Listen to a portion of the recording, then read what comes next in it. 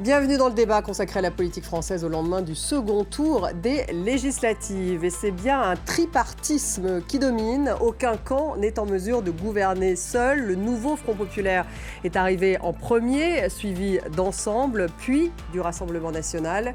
Gabriel Attal est arrivé en fin de matinée à l'Élysée pour présenter sa démission à Emmanuel Macron. Le président français lui a demandé de rester à la tête du gouvernement afin d'assurer, je cite, la stabilité du pays.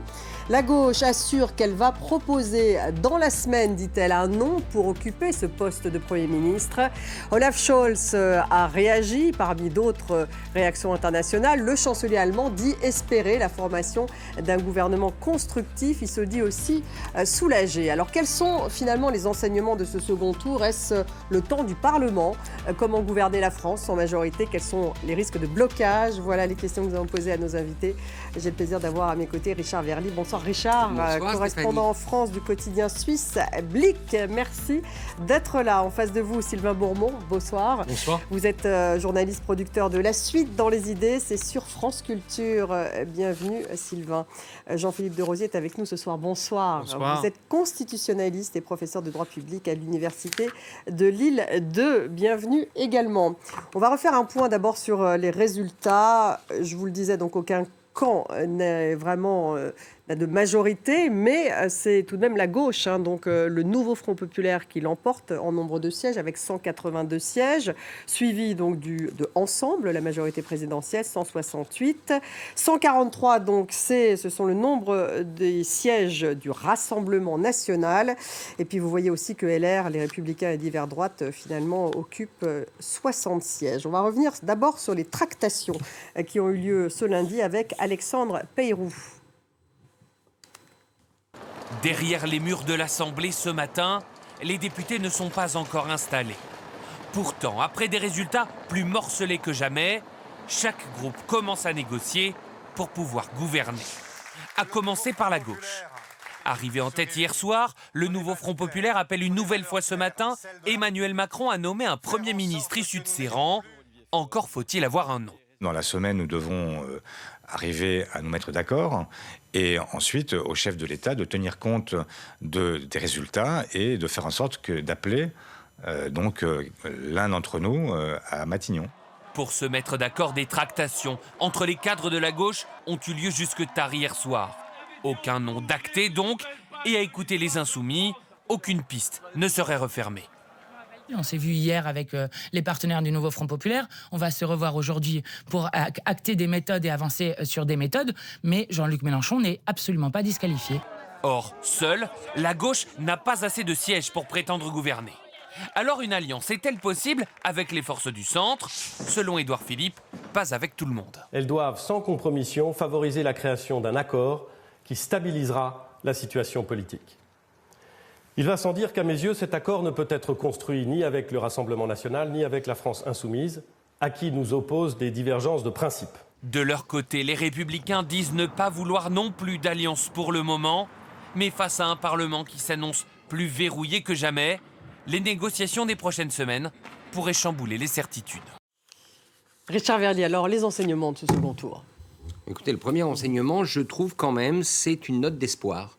Parce que vu d'Europe, vu des partenaires de la France, il est évident qu'un gouvernement Rassemblement national, ou du moins une majorité soit relative forte, soit absolue pour le Rassemblement national, c'était le synonyme d'un repli de la France sur soi, c'était le synonyme d'une fermeture, c'était le synonyme de confrontation à venir avec un certain nombre de partenaires, à commencer par l'Allemagne. Là, on a une note d'espoir, espoir double, l'espoir que, d'une part, le Parlement puisse jouer un rôle. Ça fait longtemps qu'on en parle en France, on en avait parlé, vous vous souvenez, en 2022, on se demandait si le parlementarisme allait prendre pied en France, c'est peut-être l'occasion d'un changement de régime. Et puis la deuxième chose, l'espoir qu'Emmanuel Macron trouve maintenant un chemin pour terminer plus paisiblement son mandat, puisqu'il a promis de ne pas démissionner. Et ce chemin passerait évidemment par une entente sur le choix du Premier ministre et avec la coalition. Sylvain Bourmont, y a-t-il un vainqueur ?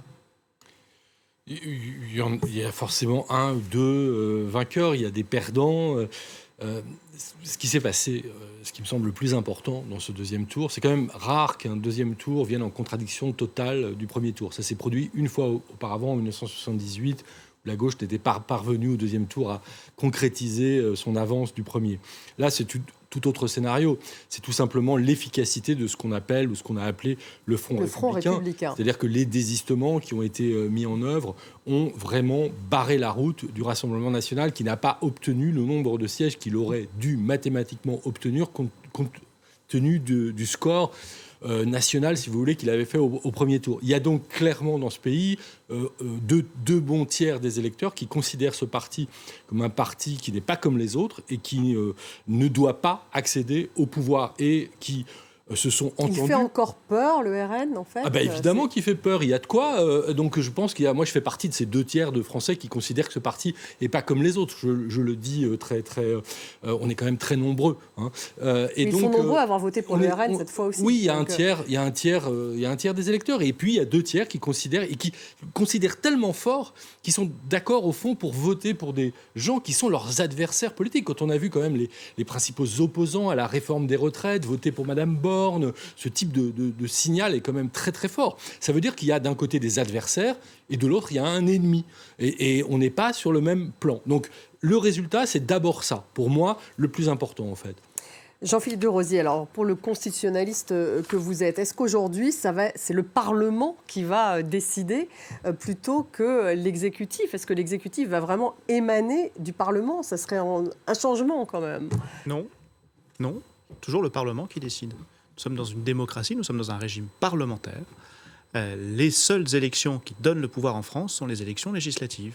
Peut-être que là, on va le voir davantage que d'habitude. Sans majorité. Et c'est là tout le paradoxe. Mais si on regarde les 3 dernières élections législatives, 3 configurations différentes. En 2017, la majorité est absolue. Emmanuel Macron a un pouvoir quasiment absolu. En 2022, la majorité est relative. Emmanuel Macron a un pouvoir relatif.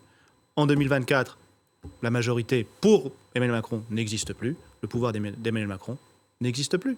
Les élections qui donnent le pouvoir, le centre du pouvoir, c'est le Parlement, ce sont les élections législatives. Et peut-être que là, vous le disiez tout à l'heure, déjà en 2022, on disait le Parlement, oui, depuis 2022, ça se passe au Parlement. Et là, en 2024, ça se passera peut-être encore davantage au Parlement. Il va falloir trouver des voies pour construire une majorité, composer un gouvernement.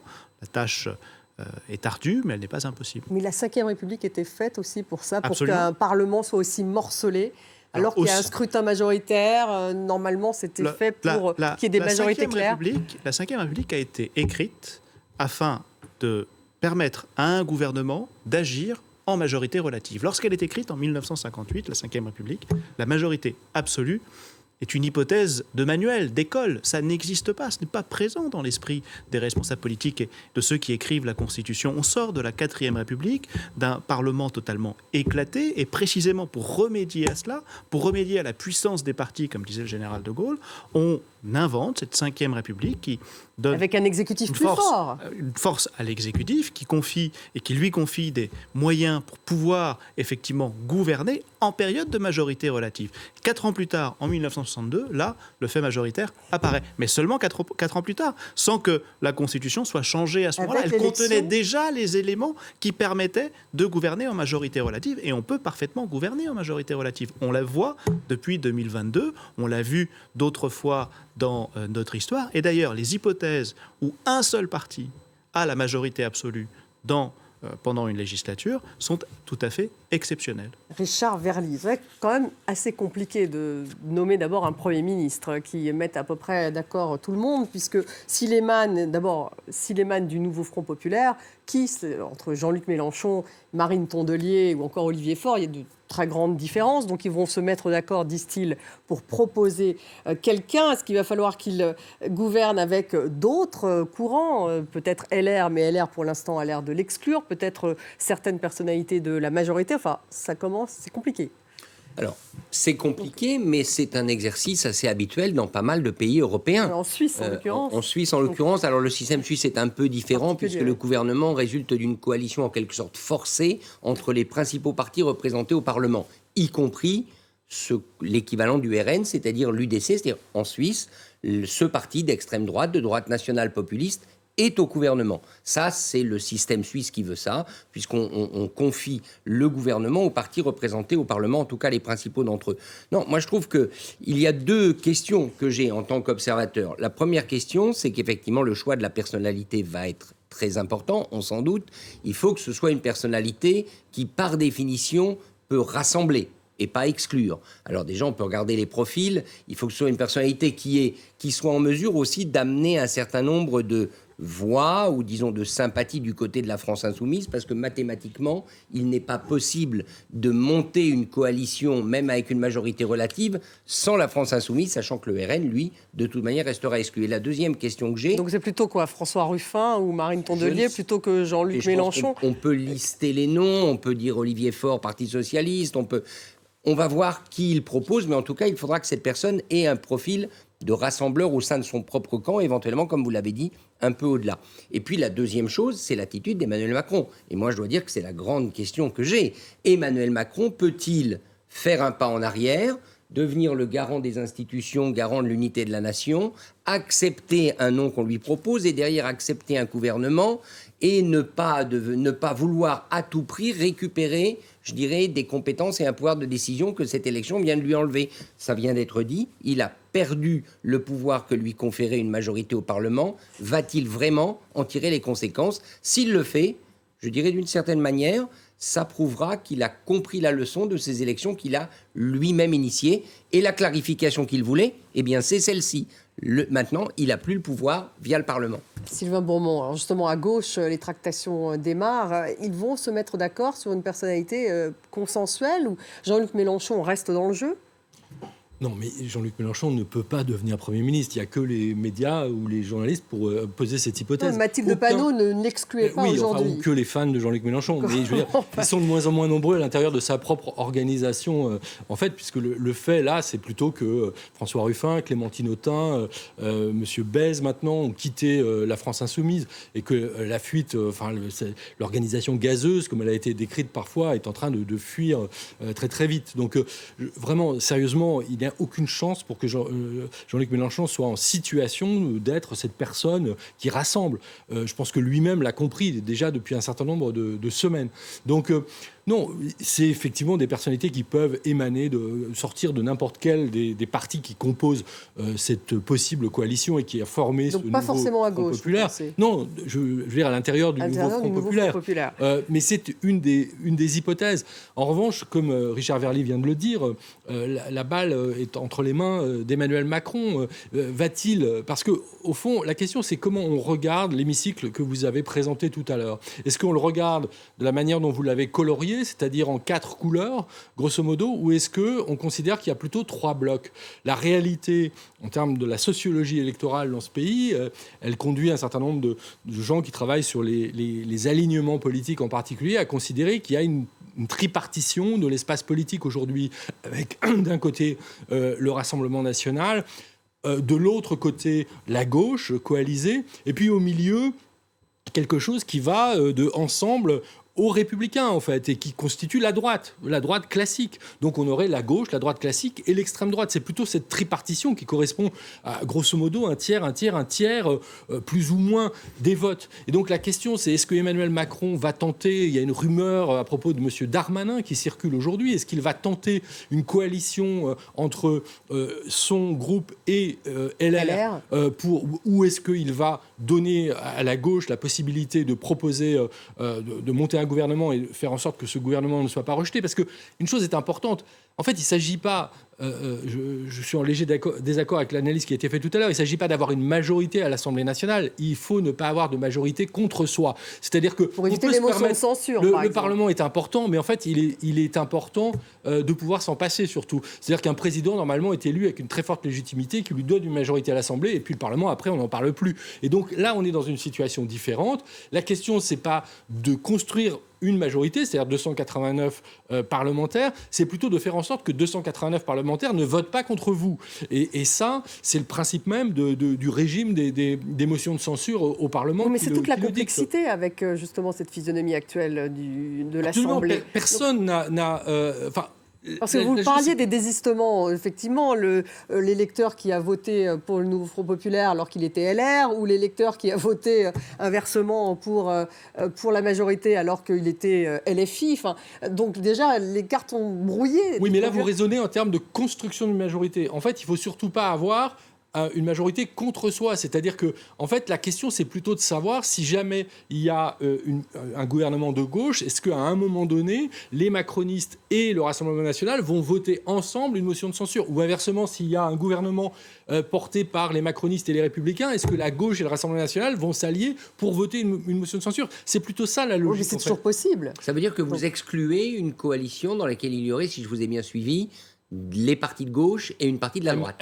Elle me semble assez peu probable. C'est le souhait, évidemment, du centre. C'est le souhait du centre dans un discours, une rhétorique géométrique qui est celle d'Emmanuel Macron, qui a commencé avec le « en même temps », le « et ». En fait, il fait de l'algèbre booléen, il fait du « et », puis il a fait du « ni » à propos des extrêmes. C'est ça. Et donc, il est toujours dans la géométrie pour essayer d'installer le centre. Moi, je trouve ça personnellement très dangereux parce que c'est précisément ce fantasme d'un gouvernement du centre qui a fait monter le Rassemblement national depuis des années. Donc je pense qu'il est urgent de réinstituer le clivage droite-gauche au sein du Parlement en faisant comme si, au fond, le RN n'existait pas à l'intérieur de l'Assemblée nationale. Jean-Philippe de Rosier, est-ce que le pire pourrait arriver, c'est-à-dire une paralysie ?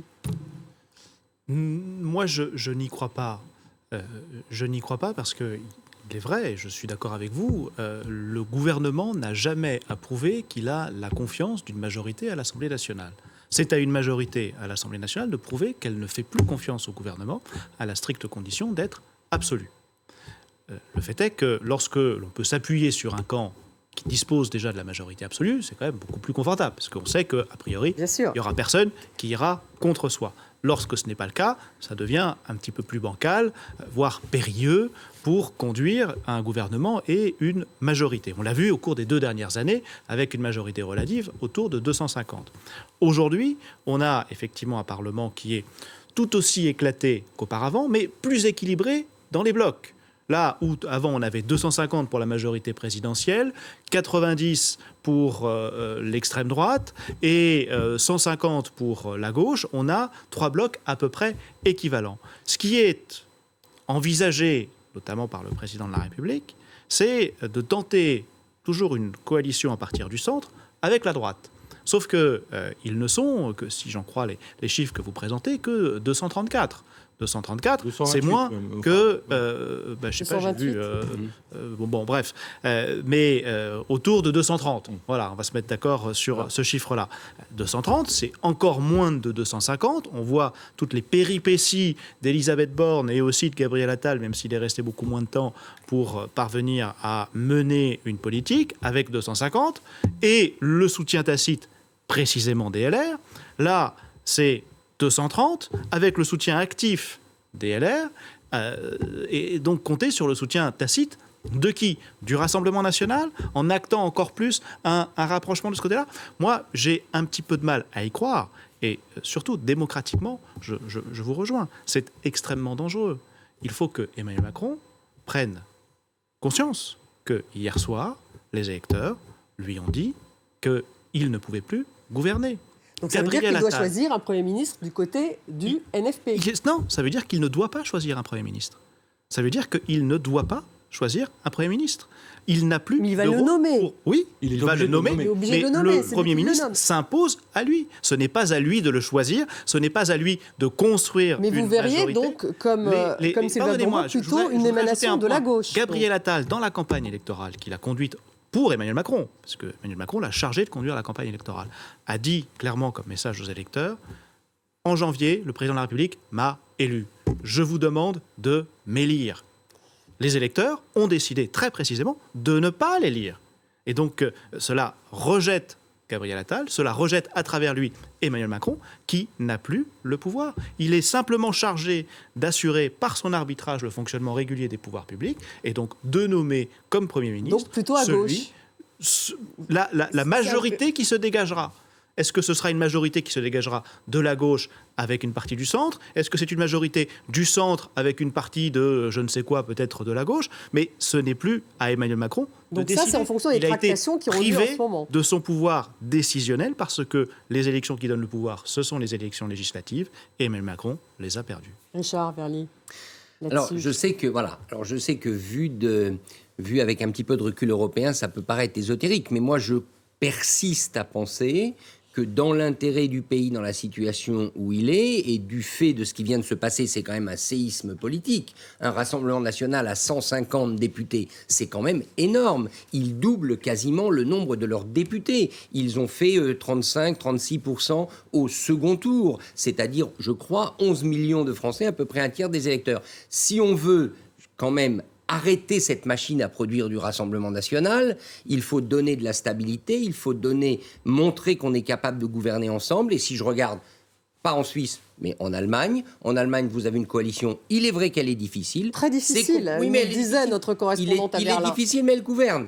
Elle est difficile, mais elle gouverne. Où vous avez un parti de droite, en l'occurrence le Parti libéral, et vous avez deux partis dits de gauche, si on prend les critères français, le Parti social-démocrate, le SPD, et les Grünen, c'est-à-dire l'équivalent des Verts. Donc est-ce que là, il n'y a quand même pas quelque chose à creuser ? Je me dis que ce serait peut-être bien pour le pays, mais je suis sans doute trop consensuel. On va écouter Sylvain Maillard, député de la majorité, réélu dans la première circonscription de Paris. Il faut arrêter de cette fadaise qui sont capables de gouverner avec 198 députés, ça n'existe pas. Vous savez, j'étais président d'un groupe avec 250 députés, c'est déjà pas facile, donc ça n'existe pas 198, c'est un récit qu'ils vous vendent. Il faut qu'on puisse construire une alliance solide qui puisse tenir 3 ans, sur lesquels il y a des items et des projets parfaitement identifiés. Ça va prendre plusieurs semaines.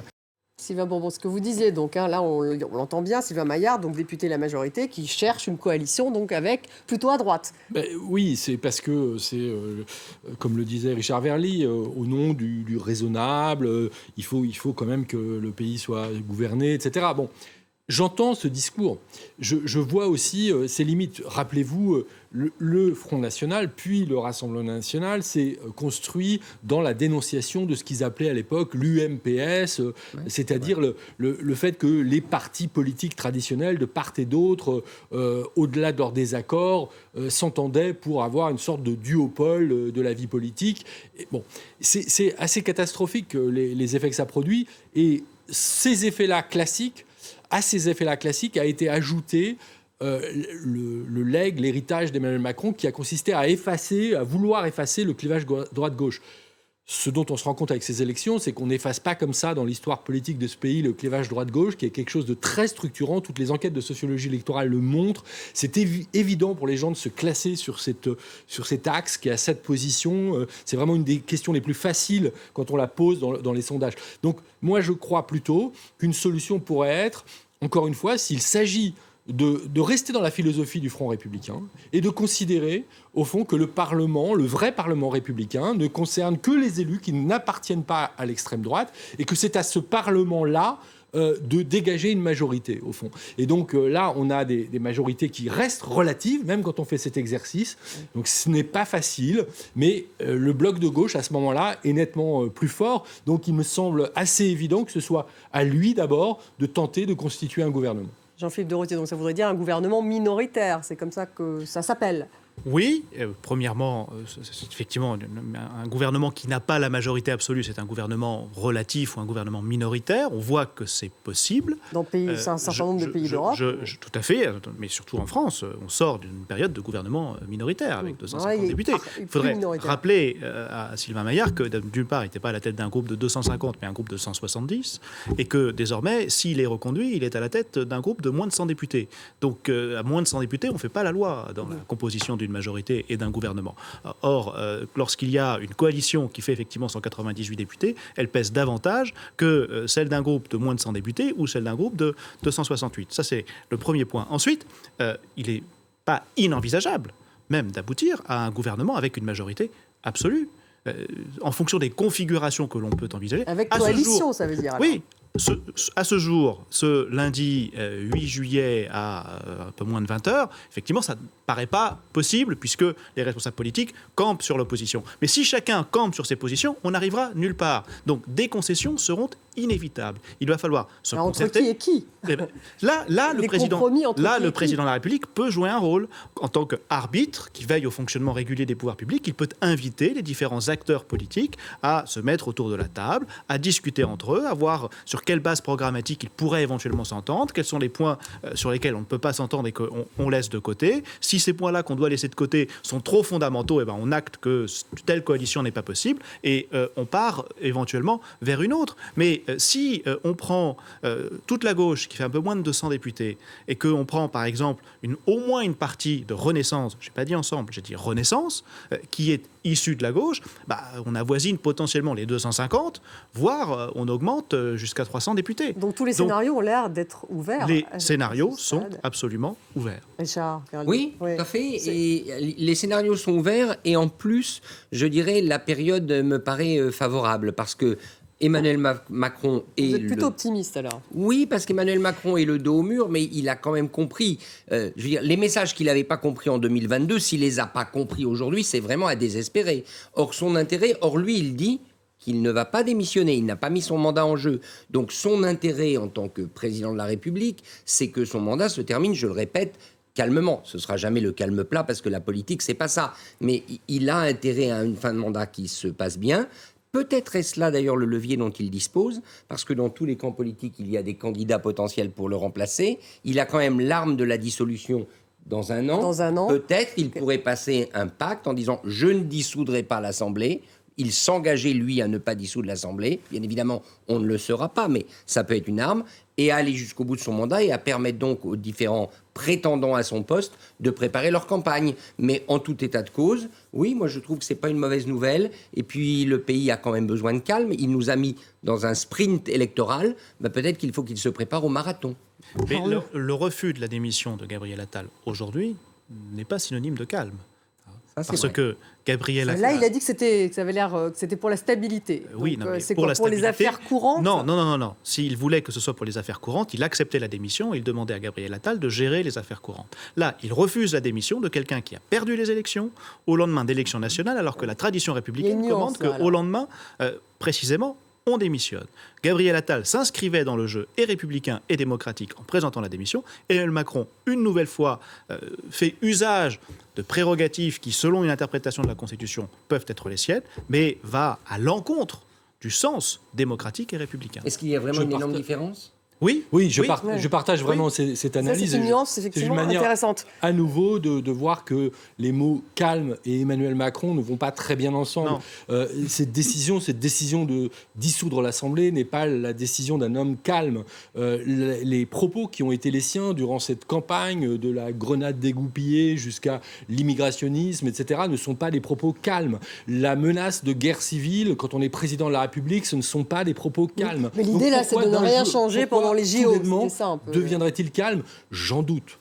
C'était conserver Gabriel Attal et le gouvernement mais pendant les JO, pendant l'été. On a vu par ailleurs ce qui s'est passé et qui va probablement expliquer une partie de la suite de l'histoire entre le Premier ministre et le Président de la République depuis la dissolution, puisque Gabriel Attal, je pense, a très mal pris de ne pas avoir été associé à cette décision. Il a si on lit les journalistes les mieux informés de ce pays, on a bien là, il reste. Donc il aurait pu partir, entre, Gabriel Attal. Je dirais, l'aile gauche du macronisme que représente Gabriel Attal et Emmanuel Macron lui-même, le fossé me semble s'être creusé pendant cette campagne. Est-ce que ça va pour autant produire une rupture et la possibilité d'un début de coalition dont vous parliez ? C'est pas impossible, ça fait partie des hypothèses. Et Jean-Philippe de Rosier, il aurait pu dire non. Enfin, Gabriel Attal, il aurait pu donc ne pas accepter de rester. Oui, effectivement. Après, de toute façon, on ne peut jamais forcer quelqu'un à rester contre il va son pas gré. Ajouter mais il ne va pas ajouter de la crise à la crise. Et il peut le garder aussi longtemps que possible. Aussi longtemps qu'une motion de censure n'est pas votée. aussi longtemps qu'une motion de censure n'est pas votée. Le Parlement se réunit pour la première fois en session extraordinaire le 18 juillet.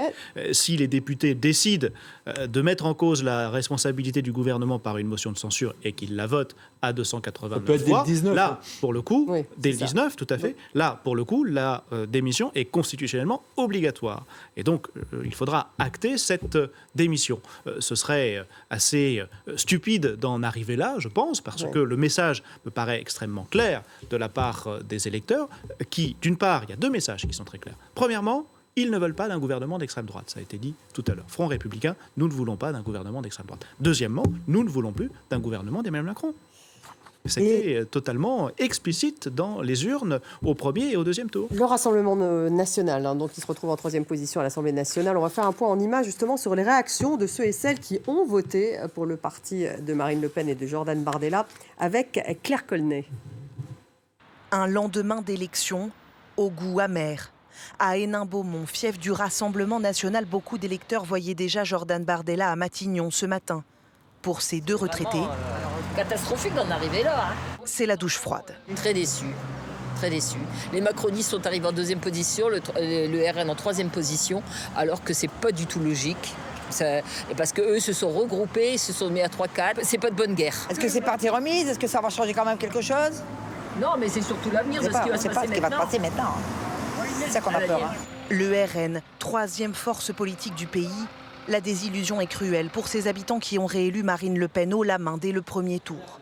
Dans ce café, les résultats sont de toutes les lectures. Cet électeur se dit inquiet de la victoire du nouveau Front populaire. On ne sait pas où on va aller là. On ne sait pas où on va aller. Leur programme c'est quoi? Le social encore? Arrêtez. Arrêtez. Social, l'immigration. D'autres électeurs RN se disent carrément désabusés. Sur ce chantier, certains ont le sentiment que leur vote n'a pas été entendu. Ils ont suivi les résultats de loin. J'ai pas regardé parce que je savais que ça aurait mal fini. Alors, ça ne peut rien de voter maintenant. Qu'on vote ou qu'on vote pas, ça ne change rien. Les cadres locaux du parti, eux, tentent de positiver. Le RN, disent-ils, a tout de même gagné des sièges au niveau national. Mais ils estiment que la campagne n'a pas toujours été à la hauteur. Ce qui a manqué, c'est peut-être ce qui nous a valu cette campagne de l'entre-deux tours avec des candidats qui n'étaient pas vraiment prêts, avec des erreurs de casting que la direction nationale aurait peut-être dû anticiper. Des élus, d'autant plus déçus que les résultats du parti dans le Pas-de-Calais sont historiquement élevés. Le Rassemblement national remporte ici 10 circonscriptions sur 12. Richard Verly, oui, alors c'est sûr que ces 10 millions d'électeurs sont déçus, on le voit bien. Donc c'est aussi à prendre en considération dans la formation de ce futur gouvernement. Évidemment, évidemment. Et il ne faut pas du tout négliger cet aspect. Mais ce sont deux choses différentes. Il y a d'un côté la constitution du gouvernement qui revient, on l'a dit, à l'ensemble politique victorieux, mais il y a une réalité chez ces électeurs du Rassemblement national que j'ai constaté moi aussi. Ils estiment que ce sont des magouilles politiques, je reprends leurs expressions, des magouilles politiques qui ont conduit à faire barrage au Rassemblement national, autrement dit le fameux mariage de la carpe et du lapin. Les partis de droite se sont mis ensemble avec la France insoumise pour faire barrage au RN. Alors, c'est le système qui veut ça, les règles ont été respectées, le blocus démocratique, si je puis dire, il est réel et ça correspond à la volonté populaire, mais laisser un tiers de la population, un tiers des électeurs dans une situation de désespoir politique, ça me paraît quand même très risqué. C'est pour ça que je me demande comment ça va se passer au Parlement. Alors, ils n'ont pas la majorité, mais ils ont quand même maintenant une capacité de nuisance un peu plus forte. Ils vont avoir des moyens financiers qui vont leur permettre de former des cadres. Et n'oublions pas que dans 3 ans, il y a une élection présidentielle. Et c'est là-dessus que Marine Le Pen va se focaliser. Juste un mot, ce qui est très intéressant, c'est que Steve Briouat, c'est un peu le canal historique du Rassemblement national Marine Le Pen. Et ils ont un problème, tous les gens du Nord-Pas-de-Calais, tout ce canal historique avec Jordan Bardella. Et donc là, vous voyez que quand même, au sein du RN, les règlements de compte commencent en disant les candidats qui ont été choisis n'ont pas été les bons, ils auraient dû faire plus attention. Il n'est pas exclu que le RN entre dans une période lui aussi de convulsion après ce qui vient de se passer. Oui, moi j'ai entendu ces propos dans le reportage de gens qui se lassent parce qu'ils votent RN et puis à chaque fois ils n'y arrivent pas, ils voient. Bon, et la question, c'est d'un point de vue de la sociologie électorale, c'est est-ce que ces gens vont se lasser ou est-ce qu'ils vont continuer ? Pour l'instant, jusqu'à présent, ils ont continué, ils ont même amplifié ce vote. Le vote augmente depuis oui, mais jusqu'où ? Parce qu'il y a des choses assez paradoxales du point de vue de la sociologie électorale. C'est-à-dire que, par exemple, les jeunes votent assez peu dans l'ensemble. Les jeunes qui ont voté étaient les jeunes les moins diplômés dans ce pays, ce qui est un fait très, très troublant. Or, on sait que le niveau de diplôme est le déterminant social le plus fort du vote pour le Rassemblement national. Donc on s'est retrouvé dans cette situation très atypique du point de vue de la sociologie électorale, où dans ce groupe-là, ceux qui votaient étaient des non-diplômés, ils votaient plus pour le Rassemblement national, et les jeunes très diplômés avaient tendance à ne pas aller voter. Un peu là, ça ne veut pas dire qu'ils ne sont pas politisés. Oui. Bon. Et donc là, si on projette ça sur les élections à venir, la question est de savoir si, au fond, le Rassemblement national va continuer à pouvoir mobiliser en fait ses troupes, ou est-ce que cette mobilisation va se fissurer par lassitude au fond et par difficulté à accéder un jour au pouvoir dès lors que ce parti est considéré comme un parti ostracisé par les 2/3 des électeurs. On va écouter Jordan Bardella qui reconnaît en fait avoir commis des erreurs. On commet toujours des erreurs, j'en ai commises, nous en avons commis, et je prends ma part aussi, ma part de responsabilité dans ce résultat. Ça nécessitera probablement que nous regardions les choses sur l'investiture d'un certain nombre de candidats que nous avons été amenés à écarter en début de campagne parce qu'ils ne répondaient pas à la ligne politique que je portais. Maintenant, c'est un socle sur lequel nous allons bâtir les victoires futures. Je crois que la victoire est différée. La victoire est différée. Donc là, ils vont agir au sein du Parlement comme oui, sans doute. Face à un gouvernement qui ne sera pas de leur couleur politique. Ils vont essayer d'agir comme ils le font depuis qu'ils ont fait leur première rentrée au Parlement, c'est-à-dire en 1986. Ils le font d'autant plus depuis qu'ils sont en force au Parlement, c'est-à-dire depuis 2022. Et là, qu'ils sont effectivement plus forts encore, ils vont le faire de façon plus forte encore. Ça a été dit très justement. Ils vont avoir plus de moyens, parce que la dotation publique des partis politiques est indexée sur le résultat au premier tour et sur le nombre de députés.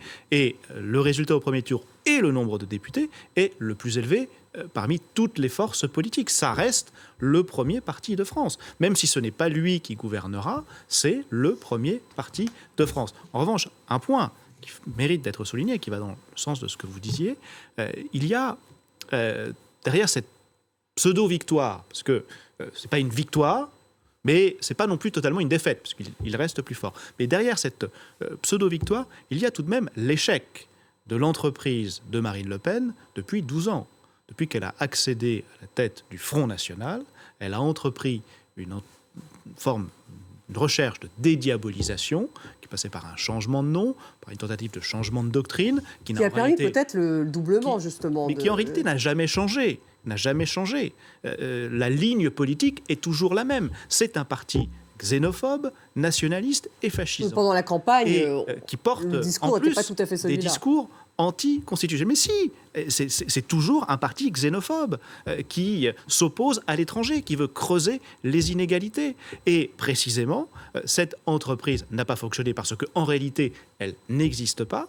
Et c'est là où il y a cette défaite, c'est-à-dire que le Front républicain, lui, est toujours là parce que la ligne est toujours la même. Le jour où la ligne changera, le Front républicain disparaîtra. Un mot justement sur l'Europe, parce qu'au Parlement européen, un nouveau groupe a vu le jour aujourd'hui, parrainé en l'occurrence par Viktor Orban, le Hongrois, les Patriotes pour l'Europe. Eh bien, Jordan Bardella va rejoindre ce groupe.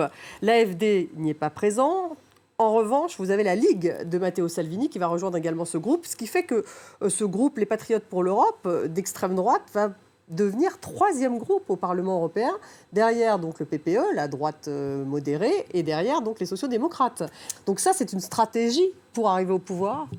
Alors, c'est déjà une stratégie pour Viktor Orban pour mettre un pied dans la porte. C'est ce qu'il fait à tous les pieds qu'il peut mettre dans toutes les portes, il le fait. C'est sa stratégie. Vous avez vu ses voyages. Il est parti voir en Russie Vladimir Poutine. Il est parti en Chine, sans mandat de l'Union européenne, mais en tant que président tournant de l'Union européenne. Ça, c'est la stratégie d'Orban. Après, ce qui est très intéressant, c'est qui n'y est pas dans ce groupe. Et qui n'y est pas, c'est Giorgia Meloni. Et Giorgia Meloni, elle se retrouve au fond devant un dilemme. Soit elle reste dans son groupe d'origine, mais ce groupe a perdu pas mal de ses troupes, soit elle se rapproche du Parti populaire européen, c'est-à-dire des conservateurs, et elle fait une union des droites, en quelque sorte. Et à mon avis, c'est quand même ce qui est en train de se profiler. Et si ça se passe, c'est-à-dire si Giorgia Meloni franchit le pas et se rapproche des conservateurs, à condition qu'il l'accepte, bien sûr, ce ne sera pas une très bonne nouvelle pour M. Orban et ses alliés, parce qu'à ce moment-là, la masse des conservateurs sera encore plus grande, et leur rôle, même s'ils sont troisième groupe, ne sera pas aussi décisif qu'ils le voudraient. Oui, mais c'est étonnant de voir que Marine Le Pen et Jordan Bardella se rapprochent de Viktor Orban, alors qu'il y a tout ce réseau pro-russe dont ils se sont défendus d'ailleurs pendant toute la campagne. C'est la preuve qu'ils ont beau se défendre, c'est exactement ce qui vient d'être dit sur les doubles discours de responsables de ce parti quant à la réalité profonde de ce parti et puis le discours qu'ils affichent pendant les campagnes électorales. C'est pas anodin qu'ils aient attendu la fin de ce scrutin pour annoncer cet alignement au Parlement européen. Ils l'auraient pas fait dans la campagne électorale. Donc rien que ça déjà jette un doute sur leur parole publique en fait. Jean-Philippe de Rosier, pour conclure, c'est quoi le calendrier maintenant là, pour faire vite? Alors pour faire vite, je voudrais quand même rajouter un mot sur cette alliance Orban-Le Pen Front National. Ça confirme bien la remise en cause des valeurs de l'état de droit et des valeurs républicaines, parce que Viktor Orban, la Hongrie, est l'un des États, aujourd'hui le seul, puisque la Pologne s'est républicanisée, à être mis en cause pour atteinte au principe de l'état de droit défendu par l'Union européenne. Le calendrier, pour vous répondre très rapidement, le 18 juillet prochain, il y aura l'élection du président ou de la présidente de l'Assemblée nationale qui donnera déjà un premier aperçu sur les configurations possibles au sein de cette Assemblée. Donc déjà, il faut attendre le 18 juillet. Il faut attendre le 18 juillet pour l'ouverture de cette session extraordinaire et la désignation du 4e personnage de l'État. Et ensuite, composition des groupes. Et là, s'il n'y a toujours pas de gouvernement à cette date, les groupes, lorsqu'ils se constituent, peuvent déclarer s'ils sont d'opposition. S'il n'y a pas de gouvernement, comment dire si on est d'opposition ou dans la majorité? Donc on peut dire qu'il y a un deadline. Ça a une conséquence non négligeable, parce que le président d'une importante commission, qui est la commission des finances, doit être issu de l'opposition, doit être issu d'un groupe qui s'est déclaré d'opposition. Et s'il n'y en a aucun, parce que... Peut-être que le RN se déclarera d'opposition plus facilement que les autres et c'est donc obtiendra là, à ce moment-là la présidence. C'est donc là, effectivement, une possibilité ou un risque, en fonction de là où l'on se situe, que la présidence de la Commission des finances revienne au Rassemblement. Le 18 juillet. Merci beaucoup Sylvain Bourmont. Merci Jean-Philippe de Rosier. Merci Richard Verly d'avoir participé à cette émission. Merci à vous tous de nous avoir suivis. Vous la retrouvez, cette émission, sur les réseaux sociaux, en podcast. À demain.